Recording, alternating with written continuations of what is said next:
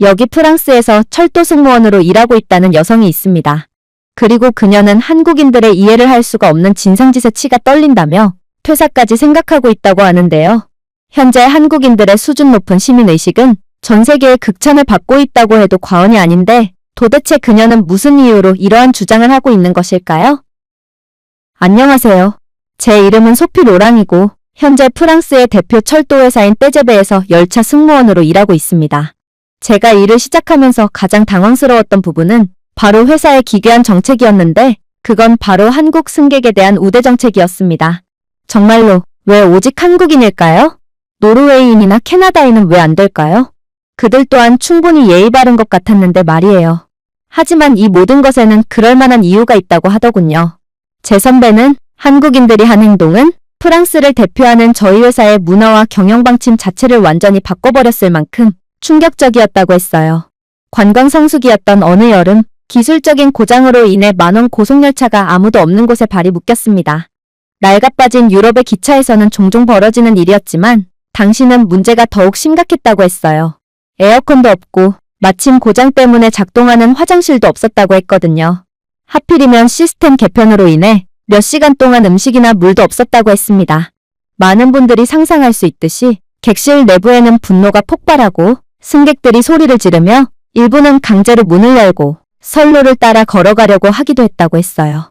하지만 그 혼란 속에서 한국인들만큼은 완전히 다른 모습을 보였다고 하더군요. 한국인 노부부, 2 자녀를 둔 가족, 학생 몇 명 등 한국인 단체 관광객들이 모여있던 객실 내부에서부터 기적이 시작되었다고 했어요. 사람들이 불평하고 다투는 동안 한국인들은 조용히 자신들이 가진 작은 것을 나누었다고 했거든요. 한 한국인 어머니는 배가 고프다며 울어대는 아이들에게 자신이 싸온 주먹밥을 나눠주었습니다. 한 한국인 학생은 금발의 유럽 출신 임산부에게 휴대용 선풍기를 선물했다고 했어요. 한국인 노인이요? 그들 중 영어 구사가 가능한 사람들은 더위에 지친 다른 승객들을 진정시키는 데 도움을 주었죠. 자신들보다 훨씬 나이가 많은 어쩌면 가장 도움이 절실한 사람이 이 극한의 상황 속에서도 모범적인 모습을 보이고 다른 사람들까지 챙기려는 모습을 보이자 분노의 지옥에 빠졌던 객실 내부는 점점 진정을 찾기 시작했다고 했습니다. 하지만 유럽인들을 진정으로 겸손하게 만든 충격적인 순간은 따로 있었다고 했어요. 마침내 구조대가 도착했을 때 열차 내부는 한국인들이 있던 지역을 제외하고는 재난 지역이었습니다. 그러나 객차에 한국인 단체 승객들이 탑승했던 칸만큼은 출발할 때보다 깨끗했다고 했어요. 심지어 한국인들은 다른 객실의 쓰레기까지 수거하고 지저분한 물건을 닦아내고 재활용품을 깔끔하게 작은 더미로 분류하기도 했기에 이를 본 모든 승객들은 거의 섬뜩한 감정까지 느끼며 완전히 할 말을 잃고 말았다고 했어요. 물론 이번 일은 서비스 관리 자체가 안 되는 미숙한 저희 회사의 잘못이 맞았지만 그렇다고 해도 쉽게 이성을 잃고 제멋대로 행동했던 사실은 유럽인들로 하여금 엄청난 부끄러움을 느끼게 했거든요. 아무튼 한국인들의 행동에 감동하고 깊은 감명을 받은 떼제베의 회장은 한국 여권 소지자라면 누구나 특실로 무료 좌석 업그레이드를 받을 수 있다는 정책을 승인했습니다. 상징적인 감사의 의미였죠. 물론 회사의 회계사들은 신음했습니다. 이 정책은 회사의 적자를 의미했고 이건 이윤을 추구해야 할 회사 입장에서는 절대로 해서는 안 될 감정적인 행동이었거든요. 그런데 정말로 놀라웠던 점은 따로 있었어요. 분명 모든 전문가들은 회장의 감정적인 결정으로 인해 저희 회사가 돈을 낭비하게 될 거라고 생각했지만 실제 상황은 완전히 다른 방향으로 흘러가기 시작했거든요. 일단 믿기 어렵겠지만 더 많은 한국인들이 저희 철도를 이용할수록 저희 회사는 오히려 비용을 절감하게 되었고 그만큼 더 많은 이익을 올리기 시작했어요. 이게 어떻게 가능한 일이냐고요? 한국 승객들은 거의 예외 없이 공간을 깨끗하게 유지했기 때문입니다. 자발적으로 트레이를 쌓고 사용한 냅킨을 깔끔하게 집어넣고 심지어 테이블에 원래 있던 부스러기와 오염까지 닦아냈습니다. 객실을 청소하는데 몇 시간을 사용하던 청소팀은 야근과 소모품을 절약하면서 더 빨리 일을 끝냈기에 그만큼 회사 입장에서는 비용이 절감되었던 것이죠. 물론 한국인들이 특실에 입장할수록 기차의 운영 속도도 높아졌어요. 한국인들은 느려 터진 유럽인들과는 달리 기차가 완전히 멈춰서기 전에 짐을 싸고 옷을 입고 티켓을 준비했거든요. 사실 특실은 가장 빠른 통로로 이동할 수 있는 특권을 가진 객실입니다. 그러니 이들이 빠르게 하차해야 출구가 더 원활해집니다. 그런데 특실에 탄 한국인들이 빠르게 행동해주면서 모두가 행복한 결과를 얻게 된 것이죠. 물론 한국인들의 친절함이 저희 기차의 분위기 자체를 바꿔서 저희 회사의 이미지가 수직 상승한 것은 덤이라고 할 수 있을 것입니다. 한 프랑스 할머니가 탑승 중 말을 헛디뎠어요. 그런데 기차 승무원이 채 도움을 주기도 전에 2명의 한국 남성이 그녀의 곁에 서서 부축해주고 가방을 들어주었다고 했어요. 그들은 불어를 전혀 하지 못했지만 친절은 보편적인 언어였죠. 이 아름다운 장면을 본 프랑스인들은 반성을 할 수밖에 없었어요. 개인주의 문화권에서 자란 프랑스인들은 할머니를 도우려는 생각 자체를 안 했지만 한국인들은 마치 도움이 필요한 사람을 보면 생각보다 몸이 먼저 나가는 것처럼 보였거든요. 그러나 저는 이러한 선배들이 말해준 한국인들에 대한 미담을 믿을 수가 없었습니다. 당연했죠. 적어도 제가 본 한국인들은 최악 중에서도 최악의 사람들이었고 저는 한국인들에게 하도 호되게 당했던 터라 한국인들을 거의 짐승쯤으로 여겼거든요. 저는 한 번은 한국인이라고 주장하면서 무료 특실 좌석을 얻어낸 한국인 가족에게 서비스를 제공한 적이 있었는데 그들은 기차에 탑승하자마자 자신들이 가져온 쓰레기를 전부 기차 바닥에 내버리더니 이내 이어폰도 착용하지 않고 큰 소리로 음악을 감상하더군요. 아이의 엄마요? 그녀는 자신의 아이가 초콜릿으로 덮인 손가락으로 기차 창문에 그림을 그리자 그저 흐뭇하게 바라보며 아이를 말리지도 않더라고요. 한 번은 자신은 한국인이라고 소개한 한 남자가 젖은 양말을 기차 커튼줄에 걸어 말리려고 시도했는데 악취가 얼마나 독하던지 같은 객실내에 있던 모든 승객들은 거의 동시에 구역질을 하며 고통스러워했어요. 제가 정중히 양말을 치워달라고 요청했음에도 그는 나는 이 좌석에 돈을 지불했어. 당신에겐 나를 막을 권리가 없다고 라고 주장하며 마치 이 기차에서의 세탁 권한이라도 부여받은 것처럼 항의했죠. 그 외에도 아이의 배설물이 묻은 기저귀를 그대로 기차 내부에 버리고 간 한국인, 그리고 기차 내부에서 술을 먹더니 그대로 엎지르고 도망간 한국인, 심지어 반쯤 먹은 악취나는 음식도 좌석 뒤에 넣어둔 채 그냥 가버린 한국인도 있었어요. 그래서 저는 이러한 회사의 한국인의 선호 정책에 회의적인 입장을 취할 수밖에 없었습니다. 회사는 대체 왜 이런 수준 낮은 사람들에게 특권을 제공한다는 말인가요? 그리고 나름 프랑스를 여행 올 수 있을 정도로 재력이 있는 한국인들이 이 정도의 수준밖에는 보이지 못한다는 것에 대해 저는 그저 한숨을 내쉬며 일반적인 한국인들은 대체 얼마나 낮은 수준을 보여줄까 싶어 학을 뗄 뿐이었습니다. 그때였어요. 그러한 제 사상이 완전히 무너졌을 때가 다가왔을 때 말이에요. 회사는 최근 한국인이 아닌 특정 국가의 동양인들이 한국인을 사칭하며 무료 특실 업그레이드 혜택을 받고 있고 이 때문에 회사의 적자가 더더욱 심각해지고 있다며 전문 여권 스캐너를 도입하겠다는 방침을 밝혔거든요. 바보 같은 방침이었습니다. 도대체 중국인들이 구태여 왜 한국인을 사칭하겠어요? 승무원인 제 입장에서는 괜히 새로운 일거리만 추가된 이러한 상황이 그저 마음에 들지 않았습니다. 그러나 마침내 여권 스캔 정책이 시작되자 저는 충격적인 사실을 인지하게 되었습니다. 스캐너가 제 역할을 시작하자마자 나는 한국인이다 라며 큰 소리로 특혜를 요구하던 동양인들은 거의 다 중국인들이었고 오히려 특혜를 주장하지 않는 쪽이 한국인들이었다는 사실을 알게 되었거든요. 정말로 그간 말도 안 되는 진상짓을 하며 회사에 큰 손실을 안겨다 주었던 건 한국인들이 아니라 중국인들이었던 것입니다. 심지어 중국인들은 양심도 없는지 한국인인 척하는 방식도 매우 어처구니가 없더군요. 한 중국인 남성은 가정용 프린터에 인쇄된 것처럼 보일 정도로 조악하게 위조된 여권을 들고 자랑스럽게 외치더군요. 한국과 중국은 같은 문화를 공유하고 있어요. 당연하죠. 한국은 사실상 중국의 속국이고 한국인이라는 민족 자체가 중국의 여러 소수민족 중 하나거든요. 그러니 나는 마땅히 VIP 대우를 받을 권리가 있습니다. 당연히 그의 요청은 받아들여지지 않았어요. 저는 그저 그를 조용히 경찰 측의 여권 위조 혐의로 넘길 뿐이었죠. 심지어 자신은 조선족이고 조선족은 여권만 중국으로 표기되어 있지 사실상 한국인이라고 주장하는 사람도 있었어요. 그게 대체 무슨 기괴한 소리인가요? 부모가 전부 중국인이고 중국에서 태어났는데 어떻게 그가 한국인일 수가 있단 말인가요? 그는 정말로 한국어 몇 단어를 구사하긴 했지만 아무튼 저는 그 또한 프랑스 경찰 측에 넘길 뿐이었습니다. 그리고 이러한 중국인 사기꾼들이 걸러지자 즉각적으로 놀라운 일이 벌어졌어요. 제가 마주한 진정한 한국인들은 충격적인 모습을 보여주기 시작했거든요. 한 번은 한국 할머니가 조용히 자신의 것도 아닌 쓰레기를 집어들고 자신의 호주머니 속에 넣더군요. 기차의 갑작스러운 기술 중단으로 1시간 동안 발이 묶이는 동안 한 한국인 단체 관광객들은 직원을 포함한 인근 승객들과 자신들이 가져온 간식을 나눠 먹고 아기가 있는 가족에게 생수까지 제공했어요.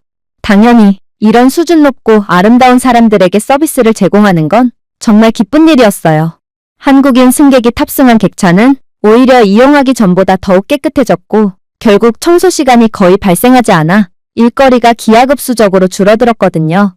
심지어 제가 손목을 다쳐서 깁스를 하고 근무를 했을 때 저는 승객들을 도와줄 의무가 있기에 노약자의 짐을 머리 위 선반으로 들어 올려줘야 했음에도 부상 때문에 그러한 서비스를 제공하는 데 꽤나 어려움을 겪었어요. 하지만 제가 고통스러워하는 모습을 보고도 다른 유럽 출신의 승객들은 아무도 저를 도와주지 않았죠. 그들의 눈빛은 마치 안타깝지만 그건 내가 해야 하는 일이잖아. 나는 돈을 지불하고 이곳 기차에 탑승한 승객이므로 너를 도와줄 필요 따윈 없어. 라고 말하는 것 같았어요. 제 동료들조차 부상은 안타깝지만 아무튼 그건 내 일이야. 나는 다른 객실을 맡았으니 아무리 내가 손목이 아프더라도 내 일은 내가 해야 해라며 아무도 저를 도와주지 않았죠. 물론 틀린 말은 아니었지만 저는 이러한 극한의 개인주의 문화 속에서 점점 지쳐갈 뿐이었어요. 그런데 한국인 승객과 함께 여정을 이어나갈 때만은 완전히 다른 양상이 벌어지기 시작했습니다. 한 한국인 남성은 제 부상당한 손을 보더니 저 대신 나이든 프랑스 노인을 도와 그의 가방을 머리 위 선반으로 들어올리는 것을 도와주었습니다. 다른 한국인 승객들도 다들 국적을 초월해서 노약자들을 보면 하나같이 도움을 베풀곤 했기에 한국인 승객들 덕분에 제 손목 부상은 빠르게 완치될 수 있었어요. 이게 바로 한국이었습니다. 하지만 저뿐만 아니라 저희 승무원들 모두를 전부 경악의 도가니에 빠뜨린 사건은 따로 있었습니다. 그건 바로 저희 회사 측의 실수로 객실에 초과 인원을 받았을 때의 일이었죠. 수많은 사람들이 돈을 지불하고도 자리를 얻지 못해 엄청난 불만을 터뜨렸고 그날의 객실은 지옥의 혼란 그 자체였습니다. 하지만 한국은 승객들은 지금 생각해도 도저히 믿기지가 않는 모습을 보여주기 시작하더군요. 한 한국인 남성은 임산부를 위해 자신의 특실 좌석을 기꺼이 양보했습니다. 기차 여정은 5시간이나 이동해야 하는 장기적인 여정이었지만 한국인 남성은 자리를 얻지 못한 임산부 여성을 위해 기꺼이 5시간 동안 서서 이동을 하는 수고로움을 감내한 것입니다. 심지어 다른 한국인들은 짐을 재배치하여 공간을 더 많이 만들고 아이를 자신의 무릎 위에 올리며 다른 사람들을 위해 선뜻 자리를 베풀더라고요. 분명 한국인들도 피해자였습니다. 그런데 기차회사 측의 실수의 상황에 승객이 불만 대신 친절한 제스처를 취한 것은 회사 창립 역사상 처음 있는 일이었습니다. 그 순간이 저에게 남아 진정한 존엄성이 어떤 모습인지 조용히 상기시켜 주었습니다. 그리고 저는 왜 한국인들이 이역만리 떨어져 있는 유럽 국가들에서도 최고의 존경을 받는지를 완전히 이해하게 되었죠. 저는 도대체 왜 전 세계에서 한국인들만 존경스러운 모습을 보일 수 있는 것인지에 대해 엄청난 호기심이 들었고 결국 한국의 KTX사와 함께 진행되는 문화교류 프로그램에 신청하여 자발적으로 한국에 가게 됩니다. 다행히도 저는 그간 승객들에게 좋은 평가를 받아왔던 우수한 사원이었기에 운 좋게도 한국으로 가는 수많은 경쟁률을 뚫고 한국으로 향할 수 있게 되었는데요. 그런데 그렇게 잔뜩 기대감에 부푼 채 한국에 도착한 저는 곧바로 경악을 하며 머리를 감싸줄 수밖에 없었습니다. 왜냐하면 제가 마침내 처음 한국에 도착해 수습기간 동안 KTX 열차에 올랐을 때 저는 그간의 제 프랑스에서의 열차 승무원 경력이 마치 중세시대의 경험처럼 느껴졌거든요. 한국의 기차는 모든 것이 너무 깨끗하고 조용하며 첨단적이었기에 저는 그저 할 말을 잃고 말았어요. 발권 시스템만으로도 프랑스와는 차원이 달랐습니다. 한국은 프랑스처럼 종이 뭉치로 더듬거리거나 우연히 잘못된 좌석에 앉은 승객들과 말다툼을 벌이는 상황을 애초에 사전에 방지하고 있었어요. 모든 일은 최첨단 키오스크가 처리하고 있었고 이 키오스크는 AI 분석 기능을 통해 승객들의 특성에 맞는 여행지를 직접 추천해주기까지 했거든요.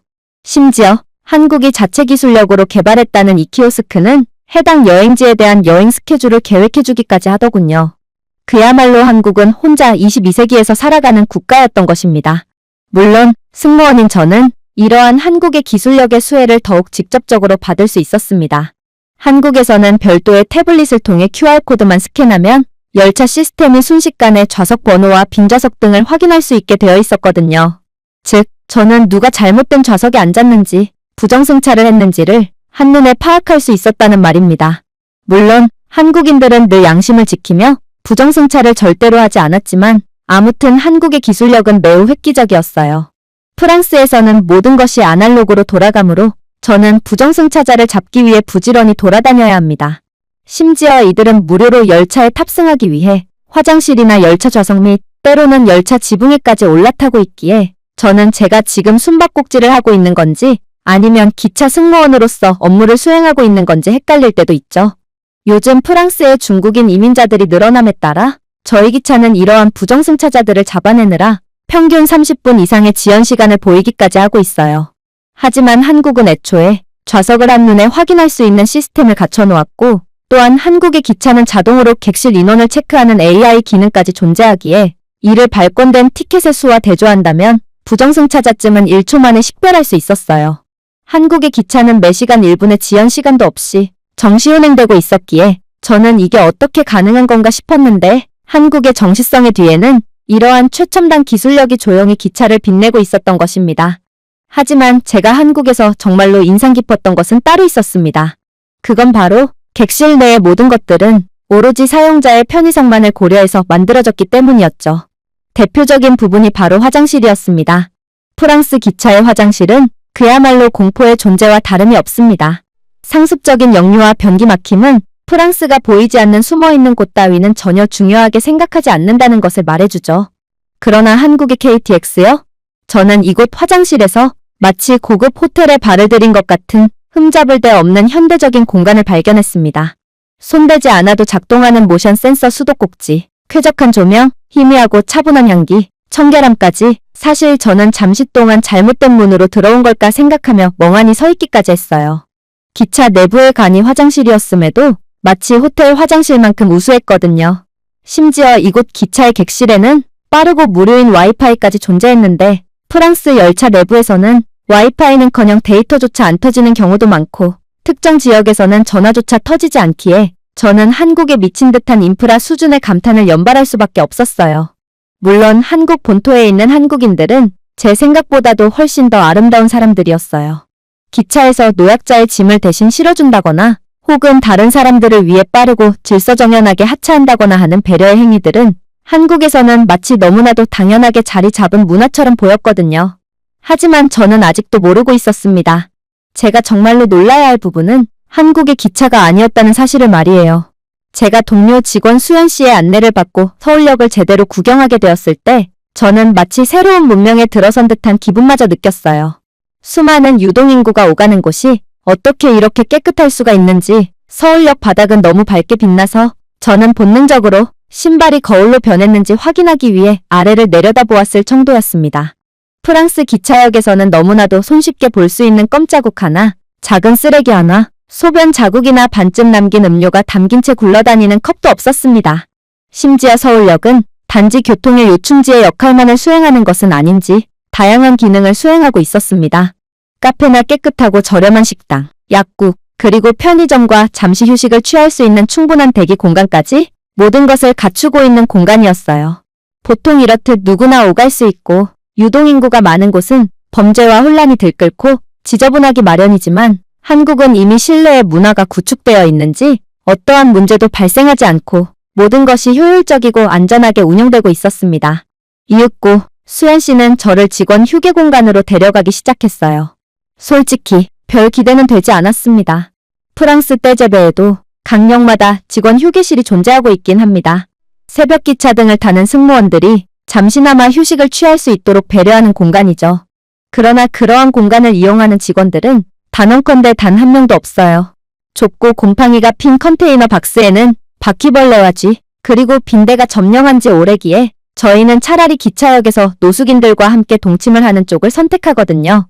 실제로 제가 서울역 내부에 자리 잡고 있는 직원 숙소에 입장했을 때 저는 실망감에 잠시 공황 상태에 빠지고 말았습니다. 왜냐하면 한국의 휴게실은 신발을 벗어야만 입장할 수 있었거든요. 신발을 신지 않는다면 바닥은 분명 엄청나게 차가워서 얼어붙을 정도일 거예요. 아마 저는 이곳 휴게 공간에서도 도통 잠을 이루지 못하게 되겠죠. 하지만 제 양말이 바닥에 닿는 순간 저는 화들짝 놀라고 말았습니다. 온돌이라고 불리는 바닥난방 덕분에 발밑의 따뜻한 바닥은 마치 부드러운 햇살을 밟는 것 같았거든요. 저는 순간적으로 모든 걱정이 녹아내렸고 그저 바보처럼 웃으며 서 있을 뿐이었습니다. 동료 수연 씨는 그저 온도를 경험한 모든 외국인들이 저와 같은 반응을 보였다는 듯 가볍게 고개를 끄덕일 뿐이었죠. 심지어 이곳 휴게 공간의 각 방에는 프라이버시 커튼과 소음 감소벽, AI 기반으로 최적의 온도와 습도 공기 상태를 조절해주는 메인 시스템이 있었는데 저는 한국은 공용 휴게 공간에 마저 이러한 수준 높은 시스템을 구현해 놓을 정도로 부유한 국가인가 싶어 그저 혀를 내두를 뿐이었습니다. 프랑스에서 이러한 최첨단 기술력의 시스템을 구현해 놓으려면 상당한 비용을 지출해야 할 게 분명했거든요. 그러나 수연 씨는 한국은 이러한 최첨단 기술력을 자체 기술력을 통해 직접 개발하는 국가기에 이러한 AI 인프라는 매우 쉽고 저렴하게 구축할 수 있고 일반적인 한국의 가정집에서도 손쉽게 찾아볼 수 있다는 놀라운 말을 해오더라고요. 프랑스는 이러한 기술력을 전부 수입하고 있는 상황이기에 AI 시스템을 가정집이나 공용 휴게 공간에 구현하는 것은 매우 비용이 많이 들고 어려운 일이지만 한국은 중소기업들마저 이러한 높은 수준의 기술력을 구현할 능력이 있기에 모든 한국인들은 이에 대한 모든 수혜를 입고 있던 것입니다. 물론 프랑스의 공용 공간에 들어선다면 하루도 안 되어 전부 누군가 훔쳐갈 만한 세탁기와 같은 고급 가전제품들도 이곳 휴게 공간에는 전부 구비되어 있었고 수연 씨는 한국에서는 원룸 자취방에도 세탁기쯤은 기본적으로 구비되어 있다며 여전히 놀라운 이야기를 해올 뿐이었습니다. 이러한 한국의 부유하고도 기술적인 그리고 편리한 모습을 보니 저는 프랑스는 단순히 기술만 뒤처진 것이 아니라는 것을 깨달았습니다. 저희는 모든 것이 뒤처져 있었어요. 그리고 이젠 너무나도 뒤처진 프랑스는 한국을 다시 추월하고 이전의 영광으로 돌아가기엔 너무 늦었다는 생각이 들기도 했죠. 그렇게 저는 한국의 KTX에서 근무한 지 3주차가 되었습니다. 저는 한국의 완벽함과 극한의 수준의 편의성에 위험할 정도로 익숙해졌고 모든 것이 불편한 프랑스로는 도저히 돌아가고 싶지 않다는 생각까지 하게 되었어요. 얼룩 하나 없는 깨끗한 열차 플랫폼, 속삭이는 수준의 조용한 기차, 정중하고 예의 바른 승객들, 한국은 마치 유토피아 사회를 위한 광고 속에서 살아가는 것 같았어요. 하지만 그때 저는 어쩌면 제 인생을 통틀어 가장 충격적인 경험을 하게 되고 완전히 패닉에 빠지고 말았습니다. 저는 기차 내부 선반 위에 수상한 배낭이 숨겨져 있는 것을 발견했거든요. 정말 이상했죠. 해당 객실에는 단 몇 명의 승객밖에 탑승하지 않은 상태였고 특히나 수상쩍은 배낭이 올려져 있는 선반 근처는 전부 빈자리였어요. 프랑스에서 이러한 상황은 거의 대부분 테러의 행위를 의미합니다. 현재 프랑스는 실패한 다문화 정책으로 인해 상당한 갈등을 겪고 있고 그렇기에 이러한 공공장소를 향한 테러 시도가 매우 흔해졌거든요. 저는 순간 한국은 북한과의 전쟁이 아직 완전히 끝나지 않은 휴전국가라는 것을 떠올리게 됩니다. 그리고 이건 어쩌면 북한의 공격일 수도 있겠다는 생각에 공포에 질리고 말았죠. 결국 저는 식은땀을 줄줄 흘리며 떨리는 손발을 겨우 진정시킨 채 교육받은 대로 곧바로 한국의 대테러팀에 전화를 하게 됩니다. 보통의 상황에는 동료인 수연 씨에게 먼저 조언을 구하는 게 일반적이었지만 이건 저와 승객들 모두의 목숨이 걸린 급박한 상황이었기에 저는 대테러팀에 곧바로 출동 요청을 하게 되었죠. 그리고 한국의 대응은 정말 놀라웠어요. 다음 역에서 곧바로 한국의 폭탄 처리팀이 대기하고 있었거든요.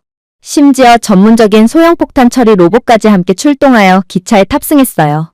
하지만 정말로 충격적이었던 점은 한국인 승객들은 이러한 소란을 보고도 너무나도 천하태평이었다는 것입니다. 같은 상황이 프랑스에서 일어났다면 정부를 신뢰하지 못하는 프랑스인들은 3초 만에 서로 먼저 도망가기 위해 달려나갔기에 끔찍한 혼란과 위험한 상황이 벌어졌을 것입니다. 그러나 한국인들은 안전 불감증인 건지 용감한 건지는 모르겠지만 다들 조금의 공포심도 느끼지 않은 채 그저 태연하게 책을 보거나 스마트폰을 들여다보고 있을 뿐이더군요. 결과적으로는 한국인들이 맞았습니다. 한국의 보안팀은 고개를 끄덕이고 가방을 안전하게 처리한 후 3분도 채 되지 않아 역 흐름을 재개했거든요. 해당 가방은 폭탄이 든 가방이 아닌 그저 승객이 깜빡하고 놓고 내린 가방으로 확인되었어요. 그제야 깨달았습니다. 한국은 유럽 국가들처럼 테러 행위가 당연하다는 듯 일어나는 국가가 아니라는 것을 말입니다. 아무리 한국이 휴전국가라고 할지라도 아이러니하게도 한국의 치안 수준은 전쟁의 위험이 전혀 없는 국가들을 훨씬 상회하고 있었어요.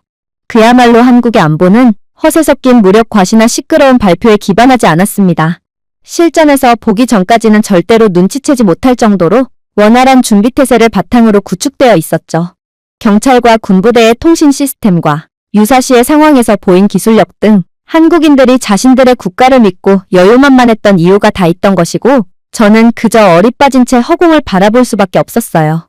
시스템에 대한 조용한 협력과 신뢰, 한국은 인류의 선진국이 갖춰야 할 요소를 너무나도 당연하다는 듯 갖추고 있던 국가였습니다. 저는 한국을 과소평가하고 이를 크게 버려 혼란을 야기했던 것에 대한 죄책감을 느꼈습니다. 하지만 수연 씨는 그런 저를 보고 이해한다는 듯 어깨를 토닥여줄 뿐이더군요. 너무 스트레스 받지 마세요. 당신은 그저 원칙대로 행동한 것일 뿐이에요. 하지만 적어도 한국에서만큼은 그렇게 걱정할 필요 없어요. 저는 다시 한번 깜짝 놀라고 말았습니다. 어떻게 걱정을 하지 않을 수가 있나요? 유럽에서 가방을 덩그러니 혼자 두면 역에 있던 모두가 대피하고 곧바로 비상 상황이 선포될 거예요. 그러자 수연 씨가 부드럽게 웃었습니다. 그렇겠죠. 하지만 여기는 한국이에요. 우리는 문제가 발생하기를 기다리지 않아요. 우리는 문제가 시작되기 훨씬 전에 준비가 되어 있죠. 애초에 한국은 다른 세력이 감히 한국을 공격할 엄두를 내지 못하도록 그에 걸맞은 힘을 키워놓은 국가예요. 한국에 대한 테러 행위는 선전포고와 다름이 없고 이건 자살행위나 다름없는 멍청한 행위기에 아무리 미친 세력일지라도 한국만큼은 절대로 건들지 못하고 있는 것입니다. 제가 이러한 모습을 도저히 믿지 못하는 반응을 보이자 수연 씨는 더더욱 놀라운 이야기를 해오기 시작했어요. 한국의 평화로운 거리, 깨끗한 역, 정중한 한국인들의 모습 이면에는 위협이 가까워지기도 전에 막기 위해 설계된 방어 네트워크가 있습니다. 한국은 전국에 신속 대응 부대를 배치한 채로 항상 대기하고 있어요. 우리의 기차, 역, 공공장소는 국방 시스템과 직접 연결되어 있습니다. 만약 정말 위험한 상황이 펼쳐진다면 특수부대가 몇 분 안에 도착할 수 있고 한국은 애초에 모든 유사시의 상황을 전방위적으로 감지하고 있어요. 저는 눈을 깜빡였습니다. 하지만 여기에서 군인들은 어디에도 보이지 않아요. 그런 방어 시스템이 어떻게 작동한다는 말인가요? 그러자 수연 씨의 눈은 조용한 자부심으로 반짝이기 시작했어요. 그게 바로 요점입니다. 우리는 우리의 힘에 대해 외칠 필요가 없습니다. 한국은 세계 국방력 5위에 달하는 군사 강국이고 모든 남성이 군복무를 하는 무지막지한 국가예요. 즉, 유사시에는 모든 국민들이 적을 때려부술 준비가 되어 있다는 말입니다. 만약 당신이 신고한 가방이 북한의 테러 행위였다고 가정해봅시다. 한국은 그 즉시 북한의 핵심 군사 자산을 무력화시킬 것입니다. 우리는 우리 자신을 방어하는 것뿐만 아니라 위협 자체를 종식시킬 거라는 말이에요. 한국의 방어 시스템은 신속하고 압도적인 대응을 위해 구축되었습니다. 미사일 배터리, 첨단 드론, 핵잠수함급의 해군 대응 시스템은 24시간 지연 없이 대기 중이며 1초도 낭비하지 않는 AI 연계 지휘센터가 이를 조정하고 있어요. 애초에 한국의 위성은 모든 잠재적 위협을 실시간으로 매핑하고 추적하고 있기에 이러한 폭탄 가방 따위의 적대 행위가 시작되기도 전에 파악할 수 있죠. 즉, 한국인들의 여유만만한 태도는 모든 위협에 대해 준비가 되어 있고 또 압도적인 대응 능력을 구축함에 따른 근거 있는 자신감이라는 말입니다. 그랬습니다. 한국인들의 힘과 자신감이 흔들리지 않는 이유는 바로 한국인들 개개인에서 이유를 찾을 수 있던 거였습니다. 모든 한국인은 조국을 지키는 것이 삶의 일부라는 것을 알고 자랍니다. 그리고 그들은 국가를 위해 봉사하고 훈련하죠.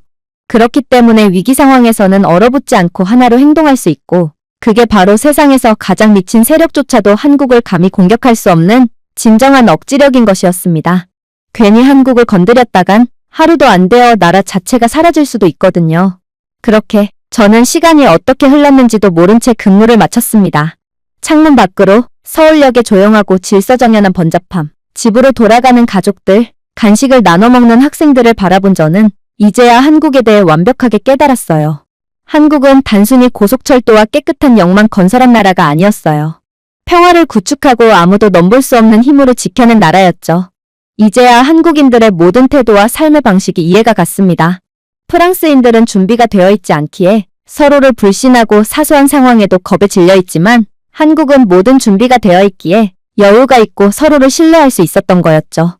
현재 저는 어떻게 하면 프랑스로 되돌아가지 않고 이곳 KTX에서 근무하면서 한국에서 정착할 수 있는지에 대한 정보를 검색하는 중입니다. 만약 한국에 합류하지 않는다면 미래는 존재하지 않는다는 확신에 가까운 감정을 느끼기도 했고 한국을 한번 경험한 이상 이제는 모든 것이 불편하고 불안정한 프랑스에서는 도저히 살 수가 없는 몸이 되어버렸거든요. 제가 준비해온 내용은 여기까지입니다. 끝까지 시청해주셔서 진심으로 감사드리며 여러분들의 구독과 좋아요, 알림 설정은 영상 제작에 큰 힘이 됩니다. 이상 세모튜브였습니다.